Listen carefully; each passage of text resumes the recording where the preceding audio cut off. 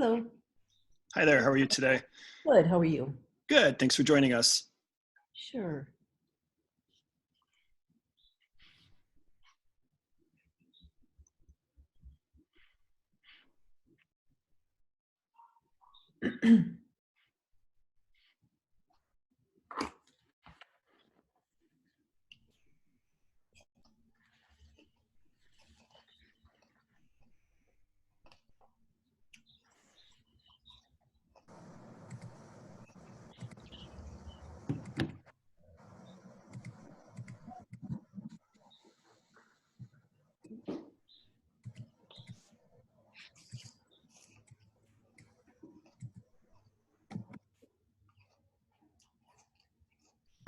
Lydia, Denise, are you both ready to start here in a moment?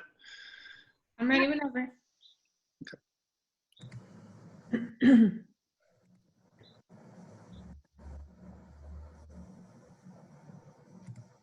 Great. Well, we will start then as others join us. Want to be mindful of your timing here today. So welcome. My name is Brad Pierce. I'm here with Lydia Guaga, and the two of us will be leading our presentation and our time together. So thanks so much for being here. We're excited to have you here today for our third Tuesday at 2 session.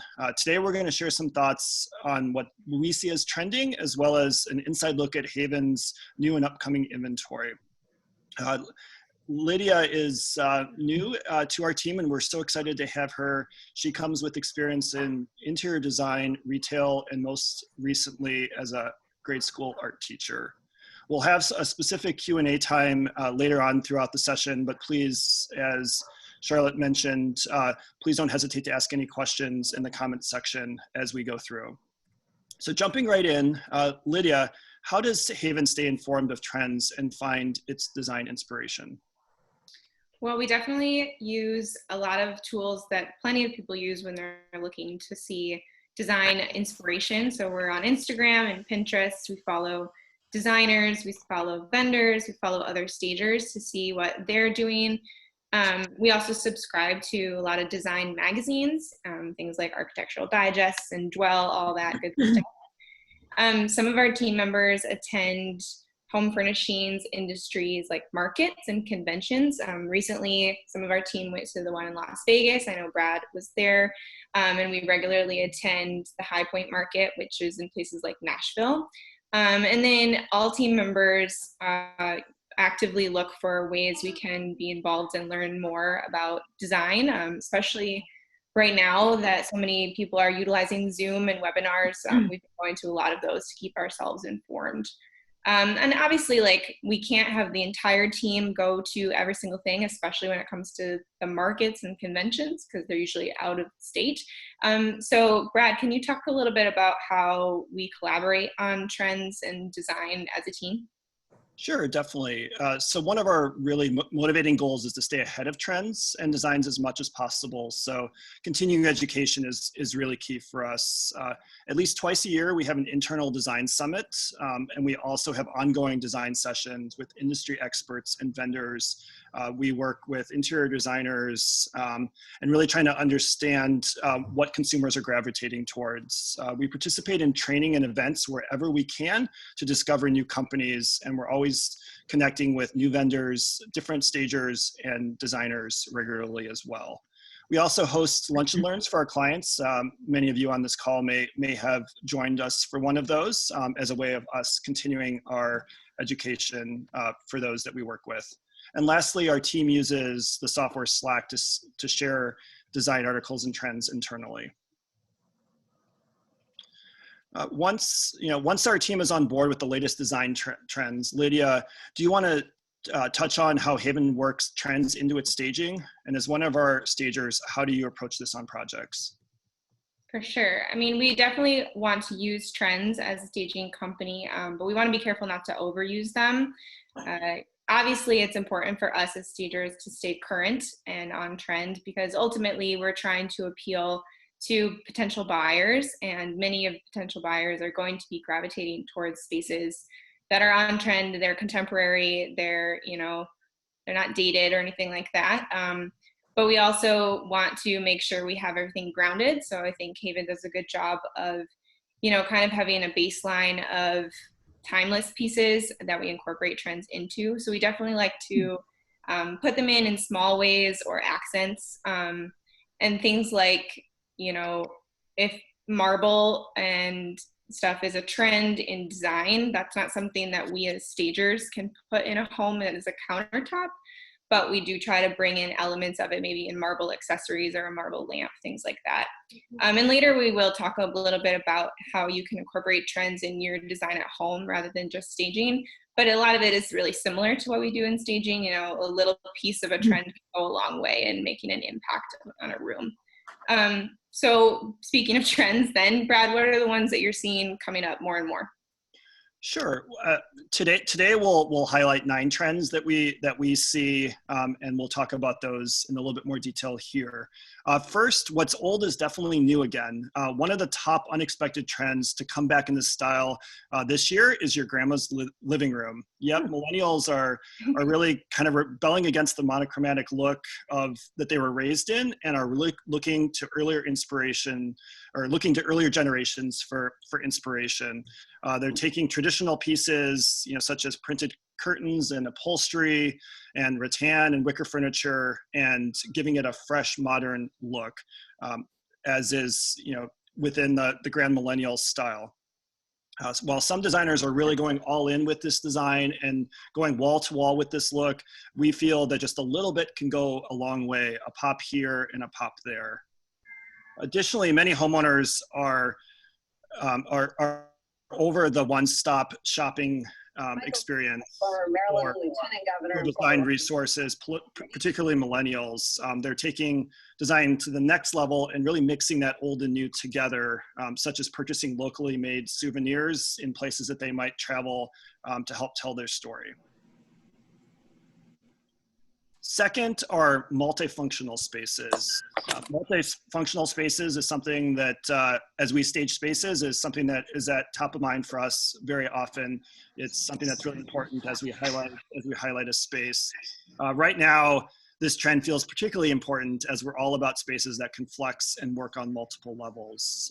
You might have a formal separate office, but you may not, and you can carve that out into space in your living room or an extra bedroom or even a closet. Additionally, traditional bedroom spaces are evolving into more comfortable and more multifunctional spaces. Built-in and flexible seating is also key, and it can add character to a room as well as save space.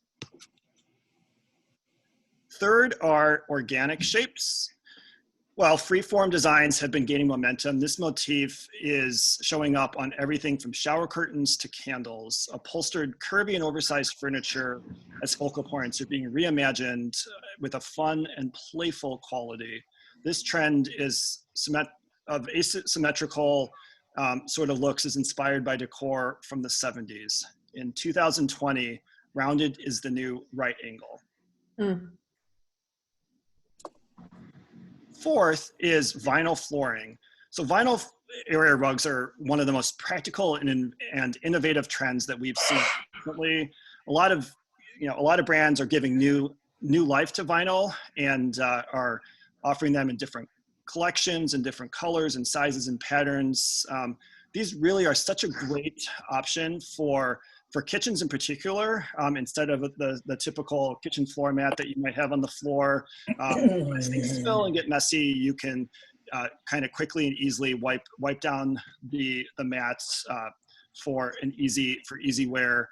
They're also really great in low maintenance and a great low maintenance option in high traffic areas such as a breakfast nook, a mudroom, or a hallway. They're also a great alternative for anyone with allergies, since the vinyl won't hold dust or lint like a traditional woven rug will. We at Haven are excited to introduce several new vinyl rugs into our inventory this spring. We have some great patterns and some sizes, including some of the runners that I just mentioned. In fact, just behind me on the floor is one of those runners that we will hopefully be using in a property of yours soon. Hey, Brad. Yes. Someone's asking if they're slippery. Beth is asking if they're slippery. No, well, twofold. They have a special material on the bottom of them that allows them to, they almost have like a built-in rubber underneath that allows them not to be slippery on the floor surface. So they grip most floor surfaces. And then additionally, the top surface has a little bit of a texture to it to grip your feet as you walk over them. Great. We'll show another example of those later on here. Next is natural and reclaimed woods. We imperfection in woods have become perfect. Reclaimed wood is in line with the current push for eco-friendly materials and designs, and we're really seeing this texture and carving into wood pieces be something that's really trending. We heard from one of our wholesalers last week, and they shared several of their pieces that were focused just on this. Additionally, wood paneling, thin slatted styles or applied in interesting ways or different angles can add warmth, feel fresh, and also add an unusual element to a space. And with natural and reclaimed woods, no room is off limits, especially bathrooms and kitchens. And lastly, rattan and wicker are also making a huge return, particularly in tables, chairs, and lighting. Sixth is dramatic marble. So while marble has always been something that we've seen as a staple in kitchens or bathrooms, the way we're using it is evolving. One trend in marble that we're loving is it's using its unique way that just to really play out the natural components of it, the veining of it, and using it in very interesting ways to highlight its movement as well as its different appeal. Instead of looking perfect and blemish free, we're really embracing the flaws that the marble can have to again feel more natural and unique. We're loving how it's being used in bold floor to ceiling use in bathroom showers and full use in vanities and backsplashes. Granite is out and quartz is in for its durability and ease of maintenance. And lastly, high contrast black and white continues to be a dynamic duo in this category. Next is indoor greenery. Indoor greenery, or just greenery in general, is so important, and it's in some ways less of a trend and more of a classic, but really having some really great greenery, be it real or artificial, can add a lot of personality to a room and add in layers to a space as well. Some of our new greenery pieces are behind me. Interior gardens in a variety of formats are a new next greenery trend as well. I also want to take this moment to let you know that next week we'll be talking more about greenery as we talk about designing outdoor spaces. So definitely join us next week for our next Tuesday at 2 session. Next, next is fun shower curtains. So this one is kind of a little bit of an outlier, but thought at this time that it really is an easy and fun one to kind of throw into the mix as a trend. It seems like kind of a small thing, but it really is an easy and inexpensive way to make a big impact in a bathroom space. As you'll see on this slide, retro florals and bright fruit patterns and different textures are really trending right now. And it's really a great way to add a lot of color and spring life into a bathroom. Additionally, bathrooms are really a great place to experiment and have fun with colors, materials, and in particular, wallpaper. And then lastly, painting doors in a rich color adds warmth and character to a space. Paired with great hardware, a dark color door can provide an artistic element for a room, and it's a new take on accent walls. Speaking of accent walls, Lydia, what trends are you seeing phasing out? Well, first on my list is accent walls. I'll say they're not necessarily trending out as in they're gone forever. They're just more changing what those look like. So before it was, people would pick one wall and paint it a bold color and that was their accent. now people are using things like wallpaper, they're using wood paneling, they're using upholstery even on the walls, or even just like a really large piece of artwork to create an accent wall. And we're also seeing people use bold choices of any of those things in whole rooms rather than just on a wall. So smaller spaces like bathrooms, or like, offices, people are, when they're choosing to make an accent, they're going big with the whole room rather than just one wall of it, which is kind of fun to see how people are sort of changing that trend. Another thing we're seeing kind of go away from is all gray everything. Obviously gray as a color is always going to be liked by people. It's not going to ever go away. But we are seeing that the grays that people are choosing are a little warmer. They're a little more beigey and a little more like cozy feeling rather than like the really cold bluish grays before. And then that kind of feeds into the kitchens.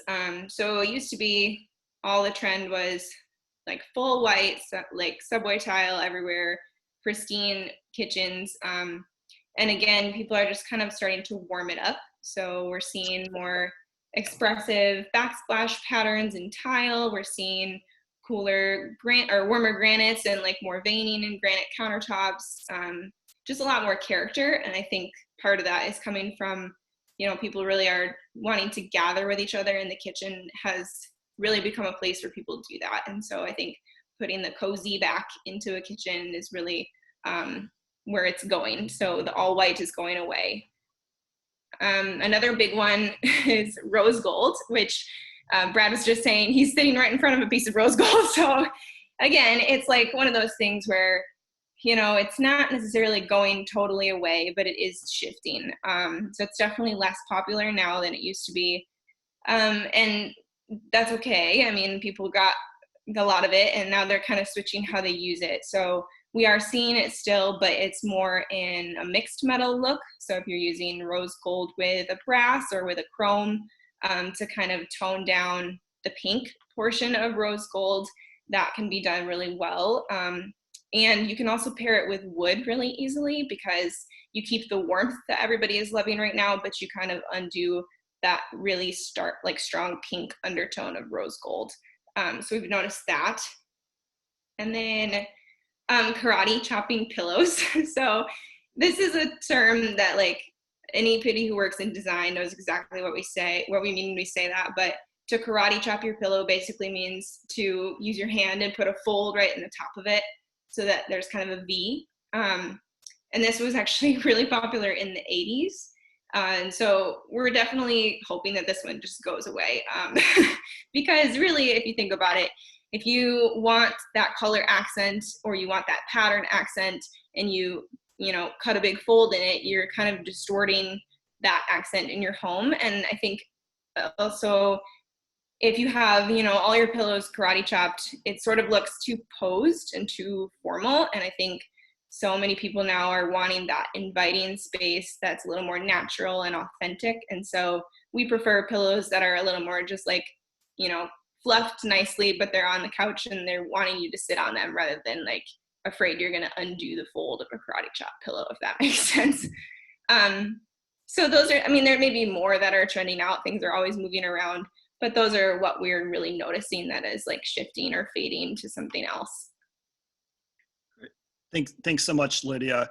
We're going to take a quick moment here to see if there's any questions. I know there was a question about paint colors, and Lydia will talk about some color trends here in just a moment. But are there any questions on what we've talked about so far?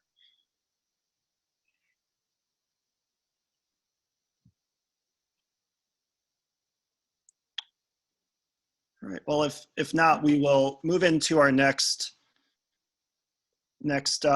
portion of our time here, Which is paint. So as we've talked about a lot of different design trends, but paint and color trends can be equally important for a home. So Lydia, what are some color trends that you're seeing right now?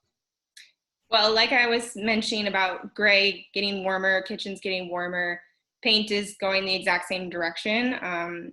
Like you could probably argue that paint starts the trend first and then everything else follows. So we're definitely seeing a lot of neutrals still, but warm neutrals, warmer pastels, and then rich accent colors. So colors that are cozy, colors that are bold, but they're kind of like sophisticated. We're still seeing people use monochromatic stuff in rooms, but rather than like a really pale amber, we're seeing more of some daring monochromatics with rich blues and greens, which is just a little bit more elegant. And it's still bold, but it's a new way to do it. We're also seeing a lot of earth tones, so things like chocolate brown coming back, wine colors, olive greens, all that. And then we always look at like colors of the year, and every paint company out there has their own color of the year that they decide, and they all have their own way to find that color of the year. But it's interesting that even though they're all different, they all are following those trends that we've been talking about. So up on the screen there, on the top left, you have Benjamin Moore's color of the year, which is called First Light. It's kind of like a rosy, soft pink. So it's kind of like an updated version of the millennial pink that was trending in previous years. Sherwin-Williams is the navel, so the deep, bold blue. So again, those rich tones to accent off of the light, warm neutrals and pastels. Pantone chose classic blue, which is more like a Crayola blue is what I like to call it, but it's really bright. Blue is especially interesting that it's trending so much because we, as designers and stagers, we kind of call it the color neutral, where you can't really find somebody that doesn't like some form of blue. So the fact that it's becoming even more popular and being used in such big ways is really interesting. And color trends in paint obviously like really determine a lot of product design. So we're kind of interested to see how all these colors show up in home furnishings and everything in the coming months. So we talked a lot this afternoon about trends like transitioning. We talked about stuff going in and out of style. Brad, can you talk a little bit about like how does someone know if a trend is fading or going out? Sure. So there's a couple of schools of thought on this. Some designers feel like there's, once a trend has exploded, it's a sign of death. If we start seeing it at Target or Pottery Barn, that it's kind of seen its end. Other designers are wary of the Chip and Joanna Gaines effect when a trend is all over HGTV or a home improvement show, that it's reached its peak and is probably on its way out. But both of these schools of thought can also signal popularity and not necessarily mean that it's the death of a trend. So we really like at Haven to follow designers on Instagram or Pinterest as a way to really keep tabs on what's rising and fading real time and right now. So with all this in mind, Lydia, what advice would you give to those working, wanting to work trends into their home? I mean, definitely do it. Like trends are trends because people like them. So it makes sense that you want to use it in your house. I think the important thing to keep in mind is that there's always going to be more new trends, and our society moves through them very quickly. And if you try to keep up with every single trend and change your room every time something new happened, one, it's exhausting to do that, but also it gets expensive and it's not very sustainable. We want to be environmentally friendly as well, especially in 2020. So definitely like work trends in where you want to, where you can, but think about ways you can do it on the small side first.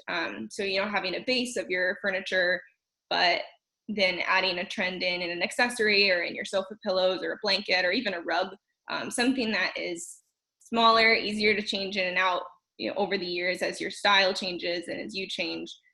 So definitely work it in, fold it in, but don't feel like you have to do it for every single trend, and don't feel like you have to change it every single time the trends happen. So now that we've discussed trends, how we use them at Haven, does anyone else have any other questions about how to use them in your home? I have one from Sarah. She's asking, if we don't like the karate chop pillows, how would we recommend staging a bed, and how those pillows should look? Ooh, I can answer this one. So staging a bed, the thing is, like, you can do your pillows many different ways. And if you even just Pinterest, like, you know, a pillow arrangement on a bed or something like that, definitely still have the accent pillows in there. I mean, I know I do this when I stage for Haven all the time. I have kind of my base pillows in the back, what you would actually sleep on if you were going to sleep in the bed. And then I have maybe some larger decorative pillows, or even like the same pillows again, but with a more decorative pillowcase on them in front. And so I kind of go biggest pillows in the back to smallest pillows in the front, sort of like a pyramid. You can still use the same pillows you would if you were karate chopping. You just don't fold them. So, you know, you kind of like build them, you maybe overlap the pillows a little bit. And then a small, like, textured one in the front is always a really nice touch. Would you add anything to that, Brad? No, all I would say is that, what one trend we're seeing with pillows is just less pillows in general. And so, from what we've seen a couple of years ago, so. Yeah, definitely, like, have some on there to be inviting and to have texture, but you don't want your pillows like going halfway through your bed, because then you kind of like lose the sense of space, I guess. Good question. Any other questions for us at this point?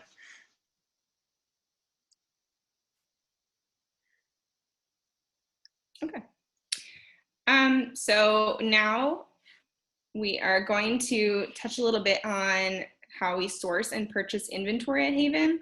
And we want to give you a little bit of a sneak peek of some of our new inventory. So Brad, you are our creative director. And as creative director, part of your role is to source all of Haven's inventory. Can you talk about just what are some key elements of Haven's inventory that you always keep in mind before you purchase anything for us? Sure, definitely. So we at Haven really strive to have inventory that's elevated, a curated blend of both traditional, contemporary, and modern furnishings that hopefully will sell the property quickly. By design, our inventory is made up of a neutral selections as a baseline. To achieve this overall look, we try to layer in our color through pillows and through artwork, and finish it off through lighting and accessorizing. We believe that the caliber of our inventory and the finished product is one way and one thing that separates us from our competition. And so for us, it's really important that we purchase inventory that aligns to a higher end urban aesthetic. Yeah. And clients are always curious about where we get our inventory from. We have several people who go through our staging and want to purchase what we've used to stage. So where does Haven purchase the inventory from? Sure. So you just saw on screen a moment ago a selection of some of the vendors that we purchase from. We purchase from retailers such as West Elm and Mitchell Gold Bob Williams, and especially over 40 wholesale vendors. Purchasing from wholesale really allows us to purchase directly from the source of trends at a greater savings. We also purchase primarily new items, but we also will purchase discontinued pieces, floor samples, and one-of-a-kind pieces. Some of our newest wholesalers that we have recently purchased from include Sunpan Modern, Noir, and Replica plants. Again, some of the plants that we just purchased are sitting behind me. Additionally, Gold Leaf Design Group and Howard Elliott, these are two smaller Chicago-based businesses that we are excited to have recently made orders from and will continue in the time ahead. On the flip side of making new inventory purchases, Lydia, can you talk to a little bit in terms of what we do with our inventory once it's not trending or once it's not usable for us? Yeah. So, I mean, like you said, our inventory is definitely, we have kind of a baseline aesthetic. So I think what helps, or what's good about that, is it does mean that we can use pieces for a very long time, because many of our big furniture items can be mixed and matched with other elements to stay on trend and stay current, because a lot of them are timeless and neutral, easy to combine with other things. We do, of course, occasionally have things that kind of go out of style or just don't really fit our own aesthetic anymore. So we do have an upholsterer that we work with and a refinisher where, we can paint furniture, we can put a new fabric on it, we can repurpose it as many times as we need for it to still work for us. And that really stretches our inventory a long way, I think. And eventually there's inevitably some stuff that just isn't going to fit our aesthetic anymore, isn't going to really appeal to buyers anymore. And so when we do hit that mark, we do donate the furniture to a company called Humble Design. And Humble Design actually is a nonprofit that provides furnishings for families that transition from homelessness. So it's really great because, a lot of our furniture is still in really good condition when we have to get rid of it. So it's good that it can go to people who can use it and really enjoy it. So we did recently purchase some new inventory, and Brad kind of mentioned it, but what are some of the things that we're really excited to use? Sure. So playing right now is a video highlighting some of the inventory pieces that either we have recently purchased or that are on our radar that we really are excited about. Our inventory has grown and evolved tremendously over the past 10 years. And as we look ahead, we're really excited about constantly adding new pieces to our inventory to keep it fresh and current. In particular, especially right now during these times, we're really excited about utilizing some new outdoor furniture in rattan, wicker, and in particular materials. There's one product that that we've made purchases of that are 100% recycled bottles and containers. So staging outdoor spaces in the warmer months is one of our Haven favorites. Other favorites include new additions to some really great new shelving pieces and new greenery items that include succulents, aloe, and fiddle leaves. Additionally, from Sunpan Modern, one of our new sources, we've purchased a couple of really great console tables, benches, and pillows that all incorporate hide into them. You'll see some of those in the slideshow as well. We're also looking forward to digging into these and incorporating them into staging as soon as we can. So that's some of our favorite newest inspirations. Many are fresh from our visit to Las Vegas showrooms in March. We hope that you found some of our trends in our sneak peek today valuable and helpful, and definitely enjoyed the chance to share this time with you. You'll see that, again, coming up next Tuesday at 2 and every Tuesday afternoon at 2 in May, we'll continue this series. Next week, again, we will be discussing outdoor spaces, and throughout May, our topics will include room refreshes, Artwork 101, and lighting. So now, go implement some of your grandma's living room favorites into your space. Thank you. Thank you. Are there any questions? Or anything you're super excited to try? All right, anything we can elaborate on that we discussed?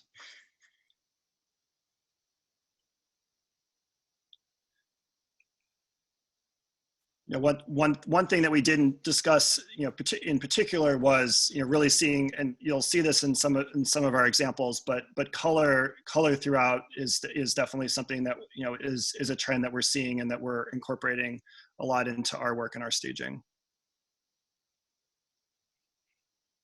Great, and always if you have questions, design related or about Haven in general, you can always email us, send us a DM on Instagram, give us a call. We're here to help. We love helping people figure out their space and what's best for it. So let us know.